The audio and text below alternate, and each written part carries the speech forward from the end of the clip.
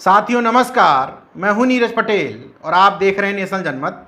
धर्म की चाशनी एक ऐसा शब्द है जो बार बार सरकार के लिए रक्षक के तौर पर सामने आ ही जाता है। पिछले बार कोरोना का संकट बढ़ा तो मोदी सरकार से लेकर के उत्तर प्रदेश की योगी आदित्यनाथ सरकार ने लोगों को धर्म में लगाए रखने के लिए तमाम तरीके के हथकंडे अपनाए। प्रधानमंत्री नरेंद्र मोदी जी ने लोगों से अपील की कि ताली थाली बजाएं, कभी बत्ती बुझाएं, कभी दूरदर्शन से रामायण और महाभारत जैसे पुराने जो धारावाहिक थे उनको दोबारा से शुरू करवा दिया गया। इस बार जब कोरोना का संकट बढ़ा तो उस लखनऊ के सांसद जहां सबसे ज़्यादा कोरोना का संक्रमण बढ़ा है, शमशान घाट पर लंबी लंबी वेटिंग चल रही है, ना ऑक्सीजन मिल रही है, ना रेमडेसिविर के इंजेक्शन मिल रहे हैं और ना ही लोगों को एडमिट होने के लिए पर्याप्त मात्रा में बेड मिल रहे हैं। उसी उत्तर प्रदेश की राजधानी के सांसद राजनाथ सिंह ने एक कार्यक्रम में वर्चुअली तौर पर शिरकत करते हुए एक बड़ा बयान दे दिया है। उन्होंने कहा कि रामचरितमानस का पाठ करें, वो कोरोना में औषधि के तौर पर काम करेगा। उनके हाँ में हाँ मिलाते हुए मालिनी अवस्थी जो उत्तर प्रदेश के अपर मुख्य सचिव गृह अवनीश अवस्थी की पत्नी भी हैं और एक गायिका भी हैं, उन्होंने हाँ में हाँ मिलाई। उनका हाँ में हाँ मिलाना तो बनता है क्योंकि उनके पति चूँकि सरकार में एक महत्वपूर्ण पद पर बैठे हुए हैं तो डिफेंड करना था। लेकिन रक्षा मंत्री और एक सांसद की हैसियत से इस तरह का बचकाना बयान राजनाथ सिंह आखिर कैसे दे सकते हैं, आप ये सोच रहे होंगे। लेकिन ये बयान सोची समझी रणनीति का हिस्सा है। कैसे? अटल बिहारी वाजपेयी जब प्रधानमंत्री थे उस समय पूरे देश में एक अनजान डर पैदा हुआ था, मुंह नोचवा। आपके आस पड़ोस कोई ऐसी घटना नहीं देखी लेकिन पूरे देश में हल्ला मचा कि मुंह नोचवा आया है। इसके बाद नरेंद्र मोदी जी की सरकार बनती है और अचानक से पूरे देश में चोटी कटवा का हल्ला मचता है। मतलब समय समय पर ये चेक करती रहती है सरकार कि अभी भी आप अंधविश्वास पाखंड की नींद से जागे हैं या अभी भी धर्म की चाशनी में लिपटा करके स्वास्थ्य, शिक्षा, रोजगार जैसे जरूरी मुद्दों को गायब किया जा सकता है। इसलिए भारतीय जनता पार्टी के तमाम सारे नेता कभी सीता को टेस्ट ट्यूब बेबी बता देते हैं, कभी महाभारत काल में इंटरनेट होना बता देते हैं, कभी बता देते हैं कि गाय, गोबर, गौमूत्र इन सब चीज़ों का उपयोग करने से कोरोना भाग जाएगा। बहरहाल हर बार उनके टेस्ट में आप खरे उतरते हैं और सरकार ये समझ जाती है कि अभी भी इस जनता को अंधविश्वास और पाखंड में उलझा करके रखा जा सकता है। आज ये चर्चा इसलिए कर रहा हूं क्योंकि राजनाथ सिंह का रामचरितमानस को पढ़ने की बात कहने के बाद सोशल मीडिया में कुछ खबरें तैरने लगीं और उनमें बताया जाने लगा कि रामचरितमानस तो संविधान विरोधी ग्रंथ है। संविधान के कुछ आर्टिकल्स का उदाहरण देते हुए तमाम सारे लोग बताने लगे कि इस आर्टिकल का उल्लंघन हुआ है, रामचरितमानस में इस आर्टिकल का हुआ है। तो हम इस मामले की तह पर जाने की कोशिश की तो हमारे हाथ में एक किताब हाथ लगी। ये देखिए किताब, ब्राह्मण महिमा क्यों और कैसे। इसको लिखने वाले कोई सामान्य शख्स नहीं है। इसको लिखने वाले शख्स का नाम है महामना रामस्वरूप वर्मा, जिन्होंने अर्जक संघ की स्थापना की थी। अर्जक का मतलब कमाकर खाने वाले लोगों के संगठन की स्थापना की थी। महामना रामस्वरूप वर्मा उत्तर प्रदेश की विधानसभा के 6 बार सदस्य रहे, मतलब 6 बार लगातार विधायक चुनकर के आते रहे। चौधरी चरण सिंह के समय में न सिर्फ उत्तर प्रदेश के वित्त मंत्री थे बल्कि अभी तक के इतिहास में एकमात्र उत्तर प्रदेश के वित्त मंत्री हैं जिन्होंने फायदे का बजट और हिंदी में पेश किया था। अभी कुछ दिन पूर्व ही दिल्ली विधानसभा में कैबिनेट मंत्री राजेंद्र पाल गौतम ने महामना रामस्वरूप वर्मा का इस तौर पर जिक्र भी किया था। इस पुस्तक में महामना रामस्वरूप वर्मा ने न सिर्फ रामचरितमानस को संविधान विरोधी ग्रंथ माना है बल्कि राम, रावण और रामायण को काल्पनिक मान लिया है। उन्होंने कहा कि तुलसीदास से पहले वाल्मीकि ने एक रामायण लिखी और उसी के अंश बदलते हुए एक काल्पनिक चरित्रों को उकेरते हुए रामचरितमानस जैसा काल्पनिक ग्रंथ लिख दिया गया। उस पुस्तक में उन्होंने जिक्र किया 18 जून 1970 को लिखे हुए एक पत्र का, यानी कि अभी से तकरीबन 51 साल पहले। उस समय उन्होंने राष्ट्रपति के नाम संबोधित पत्र लिखते हुए रामचरितमानस को संविधान विरोधी ग्रंथ कहा था। आखिर ऐसी क्या जरूरत उस समय आन पड़ी थी, यह भी आपको बताता हूं। उस पत्र में उल्लेख किया गया है, दरअसल 1970 में प्रधानमंत्री थी इंदिरा गांधी, राष्ट्रपति थे वीवी गिरी साहब। एक निर्णय लिया गया कि रामचरितमानस का चतुशताब्दी समारोह मनाया जाएगा और उसके संरक्षक यानी कि मुख्य अतिथि की हैसियत से उसमें राष्ट्रपति को बुलाया गया और अध्यक्षता करने के लिए तत्कालीन प्रधानमंत्री इंदिरा गांधी को बुलाया गया। इसी बात का विरोध करते हुए एक विधायक की हैसियत से, सोचिएगा आज मंत्री मुख्यमंत्री की भी शायद ये हैसियत नहीं है, लेकिन उस समय विधायक रहते हुए महामना रामस्वरूप वर्मा की ये हैसियत थी। इस बात को गौर से सुन लेना चाहिए, खास तौर से कुर्मी या यादव और मौर्य समाज के लोगों को, इसलिए कि जाति के आधार पर आप रामस्वरूप वर्मा का चित्र तो रख लेते हैं, पेरियाल ललई यादव का चित्र तो अपने घरों में सजा लेते हैं, जगदेव बाबू कुशवाहा का चित्र तो रख लेते हैं, लेकिन इनके विचारों पर चलना इतना आसान नहीं है। इसलिए रामस्वरूप वर्मा का जाति के आधार पर चित्र रखने वाले लोगों से निवेदन है कि ये पत्र सुन लीजिए। उन्होंने क्या भाषा लिखी थी, उन्होंने लिखा, तुलसी चतुशताब्दी मनाने का आयोजन देश में किया जा रहा है। सुना है कि आप उक्त आयोजन के संरक्षक हैं। राष्ट्रपति को यह पत्र लिखा था। भारत की प्रधानमंत्री इंदिरा गांधी उक्त समारोह समिति की अध्यक्ष बनने जा रही हैं। ऐसा प्रतीत होता है कि आप पंडित तुलसीदास को भारत राष्ट्र का परम हितकारी मान रहे हैं, तभी तो आप तुलसी चतुशती समारोह के संरक्षक बने। यह भी नहीं कहा जा सकता कि आपने पंडित तुलसीदास के रामचरितमानस का अध्ययन नहीं किया, जो उनका प्रमुख ग्रंथ है। आगे वो लिखते हैं, भारत का संविधान धर्मनिरपेक्ष है, उसमें भारत के प्रत्येक नागरिक को कई मौलिक अधिकार दिए गए हैं। संक्षेप में भारत का संविधान मानव की बराबरी के सिद्धांत को स्वीकार करता है और स्त्री पुरुष ब्राह्मण मलेच्छ हिंदू जैसे अमानवीय अंतर की कल्पना भी नहीं करता। तब फिर भी आपने उपयुक्त अमानवीय अंतर के प्रतिष्ठापक पंडित तुलसीदास की चौथी शताब्दी मनाने का संरक्षण दिया। क्या यह कार्य संविधान की मर्यादा का उल्लंघन नहीं है? क्या इससे देश के विशाल बहुमत को भारी ठेस नहीं लगती? उन्होंने तमाम सारी बातें लिखी। बीच की बातों को हटाते हुए सीधे सीधे मैं मुद्दे पर आता हूं। उन्होंने लिखा कि देश का कानून अस्पृश्यता को जुर्म करार देता है, लेकिन पंडित तुलसीदास की पुस्तक रामचरितमानस में केवट या मल्लाह को अस्पृश्य कहा गया है। उदाहरण दिया उन्होंने, लोक वेद सबही विधि नीचा, जासु छाए छुई लेई सींचा। अर्थात केवट लोक और वेद में सभी प्रकार से नीच है और उसे छूकर आचमन करना चाहिए। इस प्रकार जाति विशेष को सब प्रकार से नीचे और अस्पृश्य घोषित करने वाले ग्रंथ के लेखक का सम्मान क्या भारत के संविधान का अपमान नहीं है? इसके अलावा वो दूसरा एक बताते हैं, उसमें लिखा हुआ है एक श्लोक, जे वर्णाधम तेली कुमारा स्वपच किरात कोल कलवारा, आभिर यवन किरात खस स्वपचादी अति अघरूप जे। अर्थात तेली कुमार भंगी बहेलिया कोल कलवार अधम वर्ण के लोग, ये सब पापी कौम के लोग हैं।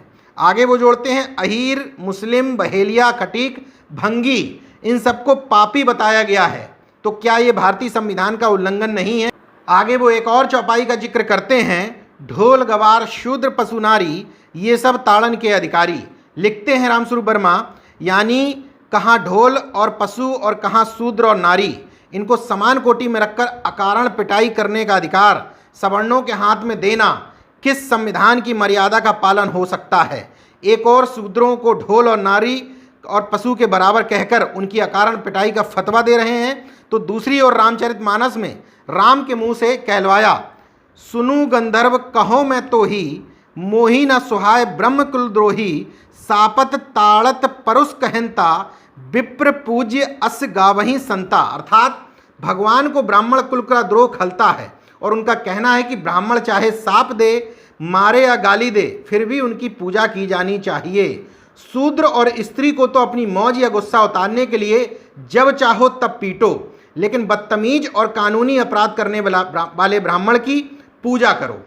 वो राष्ट्रपति महोदय से पूछते हैं क्या ऐसे ग्रंथ के पढ़ने से या ऐसे ग्रंथ के लेखक की प्रतिष्ठा करने से देश की स्त्रियों, शूद्रों, दलितों और मुसलमानों को गहरी ठेस नहीं लगेगी। एक और वो उदाहरण देते हैं, वो कहते हैं कि राष्ट्रपति से अपेक्षा की जाती है कि वो अपेक्षाकृत कमजोर वर्गों के लिए तमाम प्रावधान करके उनको आगे बढ़ाएंगे। लेकिन तुलसीदास रामचरितमानस में लिखते हैं, अधम जाति में विद्या पाए, भयूं जथा अहि दूध पियाए। मतलब सांप को दूध पिलाने से जिस तरीके से दूध विषैला हो जाता है, उसी प्रकार शूद्र को विद्या देने से वो अधिक खतरनाक हो जाता है। एक और उदाहरण वो आगे बताते हैं, पूजिए विप्र सकल गुणहीना, शूद्र न गुणगण ज्ञान प्रवीणा। अर्थात सारे गुणों से रहित होने पर भी ब्राह्मण की पूजा करो और अनेक गुण से युक्त ज्ञानी और प्रवीण शूद्र की कभी भी पूजा मत करो। रामस्वरूप वर्मा जी ये बताते हुए राष्ट्रपति से पूछते हैं, तब फिर नौकरियों के चुनाव में लोग कैसे निष्पक्षता रख सकेंगे और कैसे संविधान की मंशा पूरी की जा सकती है। तमाम सारी चौपाइयों के उन्होंने उदाहरण दिए, लेकिन मैंने संक्षेप में आपको बताया कि किस तरीके से 18 जून 1970 को उन्होंने मौजूदा राष्ट्रपति को पत्र लिखा था। उनका मन नहीं माना तो 27 जून 1970 को उन्होंने तत्कालीन प्रधानमंत्री इंदिरा गांधी को पत्र लिखते हुए लिखा, पंडित तुलसीदास की चतुर्शती समारोह मनाने में आपकी शिरकत इसलिए तो नहीं है कि आपने भी एक ब्राह्मण परिवार में जन्म लिया और पंडित तुलसीदास भी ब्राह्मण थे, अतः भारत में प्रायः मनाए जाने वाले बिरादरी के जलसों की भांति यह भी एक बिरादरी का जलसा आपने मान लिया है। मेरी समझ में आप इसे स्वीकार करें भी तो आपके लिए शोभनीय नहीं होगा, क्योंकि आप धर्मनिरपेक्ष भारतीय गणतंत्र की प्रधानमंत्री हैं और पंडित तुलसीदास ब्राह्मणवाद के प्रबल पोषक और तथाकथित सनातन धर्म के प्रबल प्रचारक थे। इसके बाद उन्होंने इस पत्र में तमाम रामचरितमानस की चौपाइयों और दोहों के माध्यम से बताने की कोशिश की है कि पंडित तुलसीदास किस तरीके से स्त्रियों के विरोधी थे और स्त्री को बराबरी का अधिकार नहीं देना चाहते थे, महज भोग विलास की वस्तु मानते थे।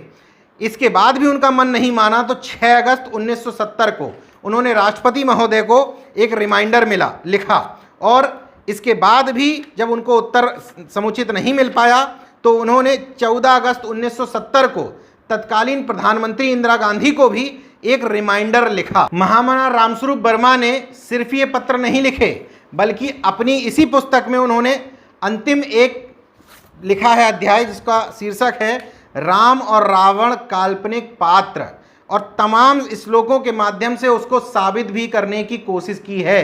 इसके अलावा जब एक विधायक ने रामचरितमानस को विधानसभा के अंदर फाड़ दिया था, उसका विरोध जब सवर्ण यानी कि खास तौर से ब्राह्मण विधायकों ने किया तो खुल करके रामस्वरूप वर्मा सामने आ गए थे और उनके समर्थन में उन्होंने देश के तमाम सारे नेताओं को पत्र भी लिखा था।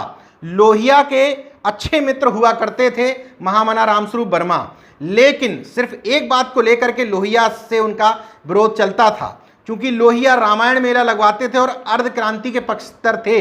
लेकिन महामना रामस्वरूप वर्मा चूंकि संपूर्ण क्रांति की बात करते थे और राम को एक काल्पनिक चरित्र मानते थे, इसलिए वो रामायण मेला के कतई समर्थक नहीं थे। खैर, कभी समय मिले तो इस पुस्तक को मंगा करके और भी अध्ययन कर लीजिएगा। उन्होंने तमाम सारे श्लोक और चौपाइयों के माध्यम से बताने की कोशिश की है कि ये संविधान विरोधी ग्रंथ है। मुझे इस पूरी बात का लबोलुआब ये समझ में आता है कि देश के रक्षा मंत्री या किसी भी ऐसे पद पर बैठे हुए व्यक्ति द्वारा, चाहे वो प्रधानमंत्री जब अंधविश्वास और पाखंड की बात करते हैं, चाहे वो उत्तर प्रदेश के डिप्टी सीएम दिनेश शर्मा बात करते हैं, या मानव संसाधन एवं विकास मंत्री रमेश पोखरियाल निशंक जैसे लोग पाखंड और अंधविश्वास की बात करते हैं, तो मुझे एक बात समझ में आती है कि संविधान के आर्टिकल 21A के जा का उल्लंघन करते हैं, क्योंकि उसमें देश के नागरिकों से यह अपेक्षा की गई है कि आप वैज्ञानिक एवं मानववादी चिंतन लोगों में डेवलप करेंगे।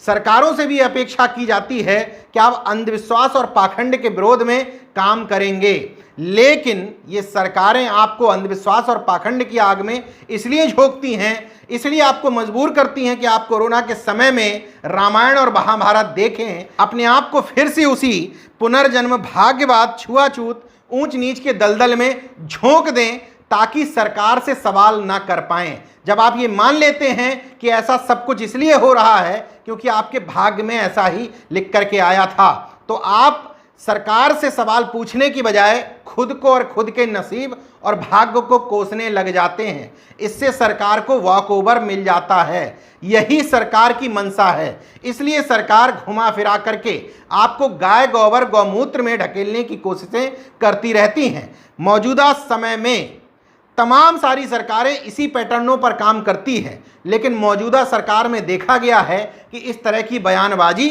और इस तरह की मानसिक जकड़न कुछ ज़्यादा ही महसूस की जा रही।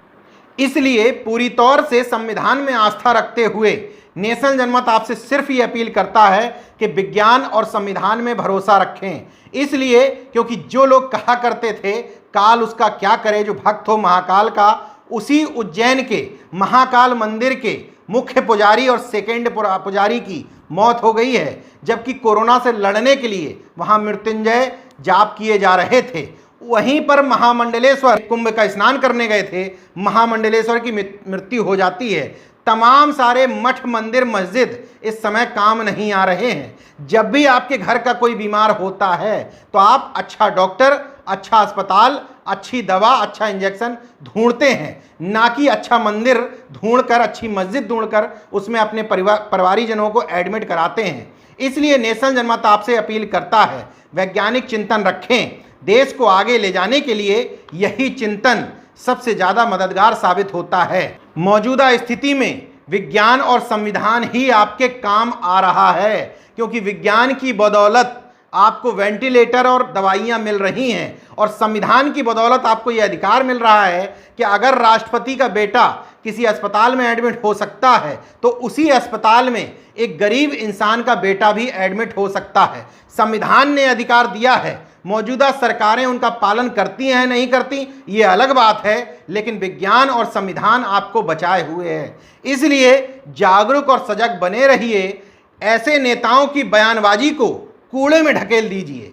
जय विज्ञान, जय संविधान, जय लोकतंत्र। धन्यवाद दोस्तों, अगर आपने मेरा YouTube चैनल सब्सक्राइब नहीं किया तो प्लीज़ सब्सक्राइब कर लें और उस बेल आइकन पर जरूर क्लिक करें, जिससे जो मेरे न्यू वीडियो हैं वो आप देख सकें।